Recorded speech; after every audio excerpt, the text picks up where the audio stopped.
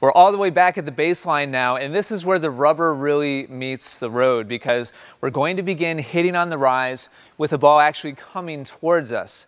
And this is really taking it to a whole nother level. Yes, we've progressed very small from progression to progression to progression so far.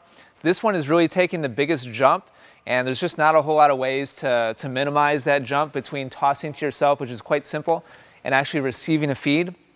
Now you can do this with a hitting partner, with a coach or a pro, or with a ball machine. Ball machine is probably absolute best if you have access to a ball machine, because you can set it up and have a very similar feed from shot to shot. Of course, they're not all going to be exactly the same. There's going to be some variance, but right now we've got the ball machine set up to feed somewhere in this area. So it's about 3 feet from the baseline or so, give or take. And what we're going to do now is we're going to take back a little bit of the complexity of the swing. We went from bumps to guides to full follow through. Now we're going to go back to to guides again, and we're just simply going to finish with our racket edge pointing out towards our target.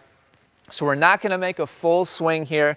We're going to simplify the technique a little bit, because we're adding a layer of complexity with having to actually now set ourselves up with the incoming ball so that we hit at an appropriate height and we get that rhythm, that boom boom, from bounce to hit. Also, remember, we've got a lot of kinetic energy tied to the ball already, because now the ball is coming from all the way over on the other side of the court, coming right off the court. And so if we're relaxed and we just give the ball a little bit of guidance, it's going to easily go over to the other side of the court. So let me go ahead and demonstrate a few for you here. I'm going to have just my regular topspin grip. See if the ball machine cooperates. And I'm just going to finish with my racket on edge and guide the ball out towards my target. Speaking of target, right now, please don't be super concerned with result. If you hit the ball cleanly and you time it reasonably well to get that boom boom rhythm, that's really all we're concerned with right now. I don't care how deep you hit the ball. I don't care if it goes to a corner or it goes cross court or down the line. This is all about getting a feel for the rhythm of this shot. And just listen as you're watching this video. The timing, hopefully the audio is picked up reasonably well here. Just the boom boom. Bounce hit immediately after. Okay? Now, also, just like in previous progressions, keep your hand and your grip relaxed.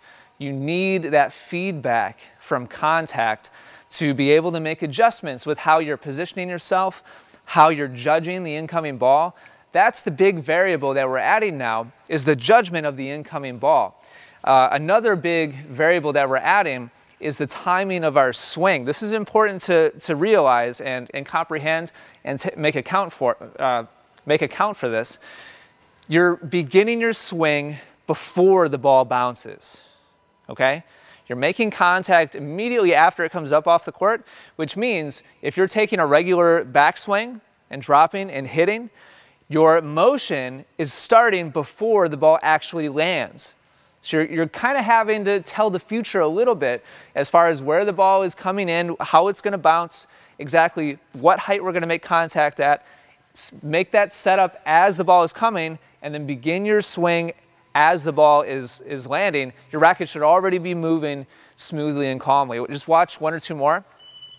Watch my racket starts to move before the ball actually lands,